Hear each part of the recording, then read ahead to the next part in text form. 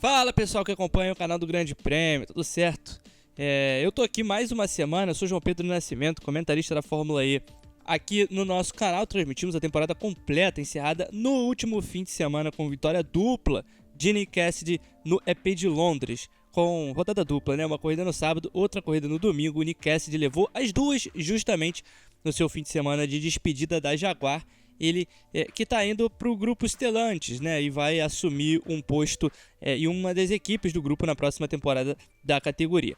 Com o campeonato encerrado, título de Oliver Rowland no Mundial de Pilotos, da Porsche nos Mundiais de Equipes e Construtores, eu vim falar um pouco com vocês sobre a Silly Season, aquela temporada de fofoca, né, como a gente gosta de dizer, que começa ao fim do campeonato e vai até o momento ali em meados de setembro, né? Que quando as equipes precisam definir realmente e inscrever suas duplas para a temporada seguinte, que começa lá no início de dezembro, aqui no Brasil, inclusive, com o EP de São Paulo.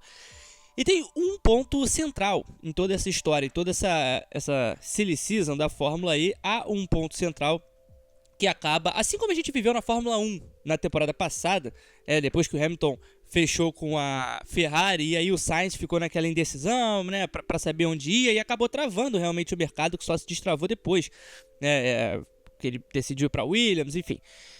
Na Fórmula E, esse caso é o do Antônio Félix da Costa, porque o português tem contrato com a Porsche até essa temporada, mas a equipe alemã ela tem a opção de renovar por mais um ano. E ainda não há uma decisão em torno do tema, né? Eles conversam há bastante tempo, a Porsche e o da Costa, só que há uma grande questão aí. O relacionamento entre a Porsche e o da Costa não é nem um pouco bom. Assim como não é bom a relação entre o da Costa e o Pascal Wehrlein, seu companheiro de equipe. Os dois não se falam desde o início da temporada, inclusive aqui no Brasil. A relação completamente estremecida, então imaginar que essa cláusula seja ativada para o ano que vem seria, eu acho, um pouco fora da curva, ainda que possa acontecer, tá? É uma coisa que pode acontecer, a Porsche obviamente procura outras possibilidades e o da Costa também. E aí a gente precisa falar desse ponto porque ele é central em uma série de outras situações. Por exemplo, como a Porsche ainda não sabe quem vai ser o companheiro do Wehrlein na temporada que vem, se o da Costa ou outro, outras equipes que também estão de fato com vaga em aberto também aguardam para saber se poderão ter o próprio da Costa. Porque assim, quando você tem uma prioridade, quando você quer um piloto e define prioridade nele, obviamente os outros vão acabar tendo que esperar, né? Você tem o plano A, você tem o plano B, o plano C. E o plano A da Jaguar, por exemplo, é ter Antônio Félix da Costa ao lado de Mitch Evans na próxima temporada. Nick Cassidy, como eu disse no início desse vídeo, assinou contrato com a Stellantis e deve ser encaixado no que nessa última temporada nós conhecemos como Maserati, mas que vai se retirar da Fórmula E a partir da próxima temporada e deve assumir a alcunha de Citroën, vai trocar ali entre as marcas do grupo Stellantis. Ainda há uma possibilidade de que seja a Opel, mas nesse momento a Citroën anda à frente. E o Nick Cassidy indo para a Stellantis e ocupando uma vaga nessa equipe também gera uma outra situação, porque Jake Hughes vai ter que buscar uma outra vaga do grid se quiser continuar na Fórmula E, e Stoffel Vandoorne, que tem contrato, tem mais um ano de contrato, mais uma temporada de contrato, também precisa ter o destino definido, né? Porque a gente precisa considerar mais uma coisa, para vocês verem como o negócio é embolado. Taylor Barnard, que fez essa última temporada pela McLaren, assinou com a Penske, e não com o grupo Stellantis, mas com a Penske, que tem uma parceria com a DS do grupo Stellantis. Ou seja, a gente tem a equipe DS Penske, mas o contrato do Barnard é com a Penske, inclusive numa negociação liderada pelo Jay Penske, ele mesmo.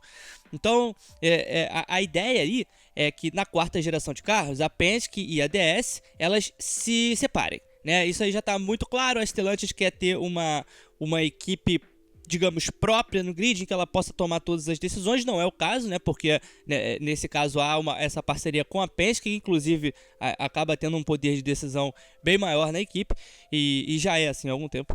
Então essa separação vai acontecer fatalmente para a quarta geração. A Penske inclusive conversou com a Porsche em torno de um possível fornecimento de motores, mas a ideia também, e que inclusive foi vazada aí há algum tempo lá no LinkedIn, com a Stellantis procurando novos funcionários, né, é que a Stellantis passe a ser uma equipe própria e fabricante, passe a produzir os próprios trens de força, enquanto a Penske tenta fechar com a Porsche, né, e usar os trens de força da montadora alemã. Por que isso é importante? Porque lá na quarta geração, na temporada sem ser a próxima, a outra, essas equipes vão mudar bastante de configuração.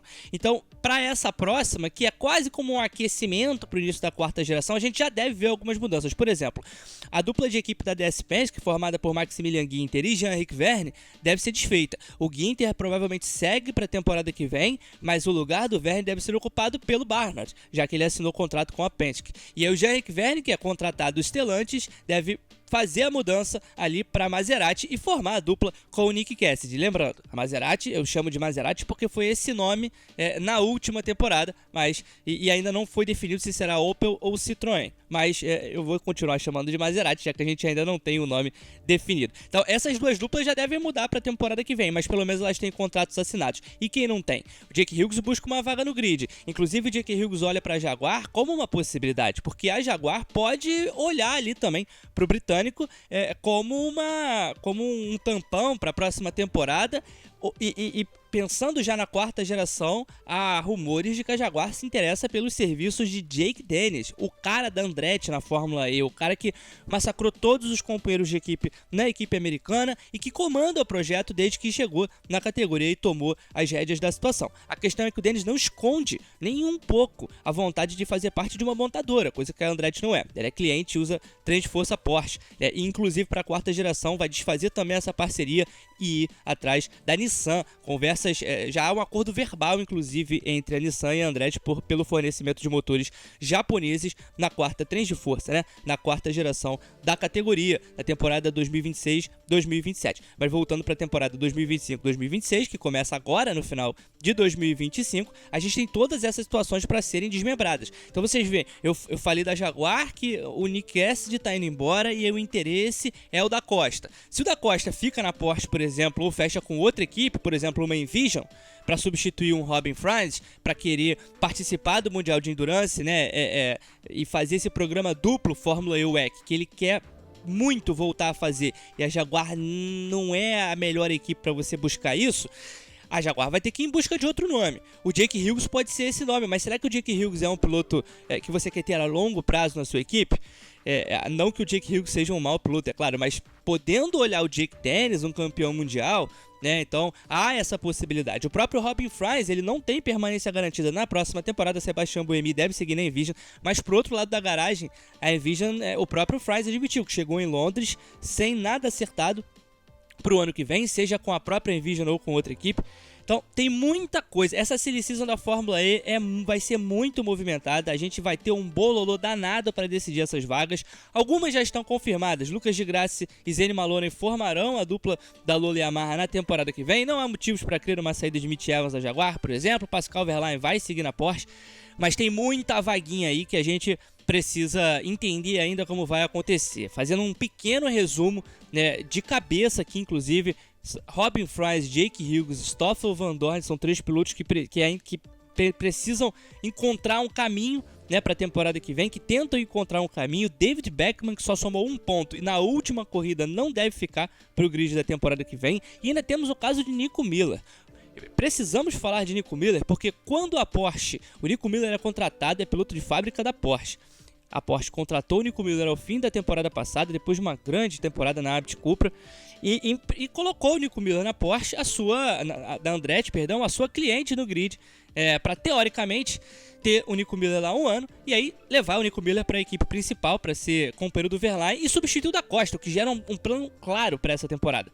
A questão é que o da Costa não fez uma temporada ruim e o Nico Miller fez uma temporada terrível. Não é que ela seja ruim, ela é tenebrosa, muito, mas muito abaixo do esperado, tanto para a Porsche, quanto para a Andretti, quanto para todos nós, que estamos acostumados com a categoria e comentamos e analisamos e tudo mais. Muito abaixo do Nico Miller. Então, a Porsche já ficou com o pé atrás. Tanto que foi atrás de Dan Tickton. É uma possibilidade, Dan Tickton na Porsche para a temporada que vem. Conversou com o Grande Prêmio lá em Berlim. Eu estive lá em Berlim conversando com o Dan Tickton, perguntando sobre o interesse da Porsche. Ele deu um sorrisinho, disse que vai fazer o melhor para a carreira dele. Então há o interesse. Ainda falou, eu vou ficar na família Porsche. Ou seja, família Porsche pode ser a Cupra Kiro, que é cliente da Porsche no grid, ou pode ser a equipe de fábrica. Então, é uma coisa que... São muitas coisas que a gente vai precisar acompanhar aí ao longo dessas semanas.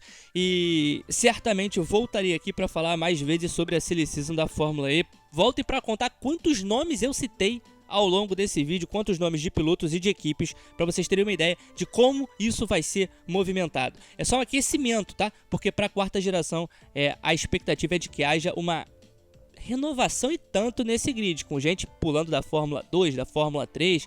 Gabriele Mini tá aí, liderando o campeonato, liderando o teste de novatos pela Nissan. Se não arrumar uma vaga na Fórmula 1, provavelmente teria portas abertas, abertíssimas na Fórmula E, assim como outros, Jack Crawford, Frederic Vest e outros pilotos. Até o Pourchaire, então, nem se fala. Pessoal, eu vou ficando por aqui e aí eu volto na semana que vem, eu volto em breve, assim que pudermos, para trazer mais informações sobre a Fórmula E, assim que pudermos no sentido de que precisamos de novas informações, né? Para trazer novas informações da Silly Season da Fórmula E para vocês, de tudo que vai ser essa movimentação que promete muito para a próxima temporada, tá? Curtam todas as outras categorias que o Grande Prêmio tem a oferecer daqui até o fim do ano, enquanto vocês estão sem a Fórmula E, porque em dezembro nós estaremos de volta com o EP de São Paulo, lá no IMB. Grande abraço a todos vocês e até a próxima.